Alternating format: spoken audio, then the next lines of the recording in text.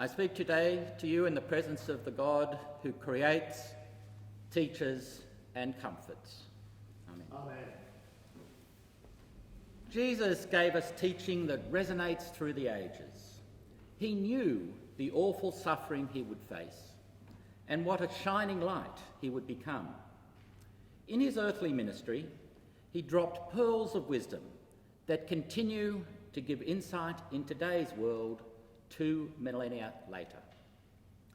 He used parables in many different ways. Importantly, they are often used to get his audience to think and debate about the world as it is and about the world as it ought to be, what the kingdom of heaven will be. That is as relevant today as it was then. Jesus was an itinerant teacher and preacher.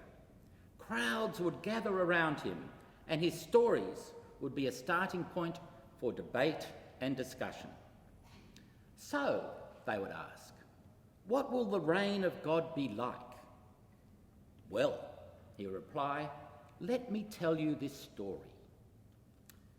We have one of those stories today, often called the parable of the labourers in the vineyard, but it goes by as many other names, partly depending on the interpretation that is being pursued.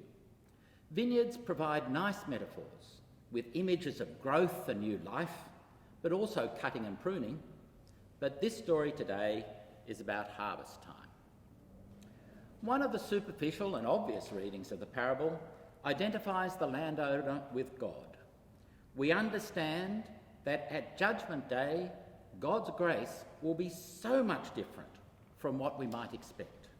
God's grace is infinite, and it is available equally for everyone. In this interpretation, we talk about unconditional generosity as part of stewardship and gratitude for what has been received, and more of that later. There is nothing wrong with that interpretation at all. That interpretation fits well if you believe the original parable ended at verse 13, and there is scholarly consensus that it probably did. So what do you make of the next two verses? In particular, verse 16. So the last will be first, and the first will be last. This parable ending there is thus teaching us that the reign of God will be vastly different from anything we can contemplate. The world will be completely turned on its head. The last will be first, and the first will be last. The poor will come into their own. The mighty will be cast down from their seats, and the rich will be sent empty away, as Mary's mighty song has it earlier in Luke. This eschatological overturning is another appropriate reading. Continuing this line of argument, you might read into the parable that what we are seeing here is a recognition that God's notion of justice is so different from our own. God exercises both justice and mercy, and we see God giving those excluded from work the same as God give those who were selected to work. But the coin the landowner pays in is a denarius, a day's wage. Money is finite. Grace is not. Grace is infinite and can be shared equally with everyone, excluding no one. Economists would liken God's grace to a public good. Everyone can have it. No one can be excluded. And the grace I receive doesn't come at the expense of the grace you can receive, just like the air. But the denarius is money, not a public good at all. Money comes with bickering, envy and lack of gratitude, and we see all of that in the story today. The landowner's generosity causes dissension. We are exposed to the morality of money, or more appropriately, the immorality of money. I referred just now to the landowner's generosity. I could equally have said his capriciousness and referred to his exercising power. Another reading of the parable highlights the systematic injustice involved. People are standing ready to work, but some are chosen and some were not. Who should suffer for that? If the system creates unemployment, is it fair that the unemployed should be neglected, or should they not be compensated somehow?